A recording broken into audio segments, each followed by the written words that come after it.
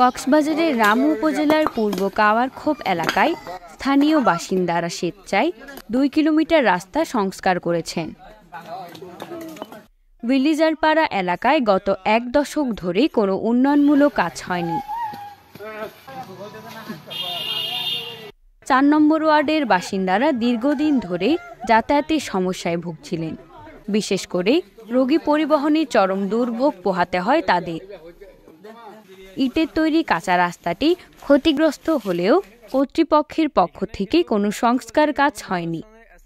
স্থানীয় প্রশাসনের নজরে এলেও রাস্তাটি মেরামতের কোনো উদ্যোগ নেওয়া হয়নি।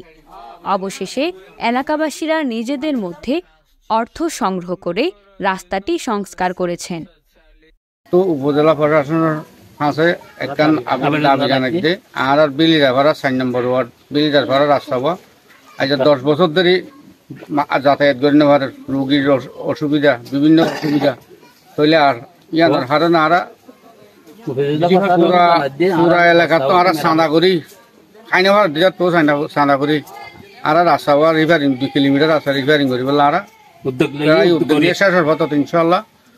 তো ইয়ান অনার হাতে দাবি দিয়ে আর সামনে রাস্তা কিভাবে পাই আর এর দূর।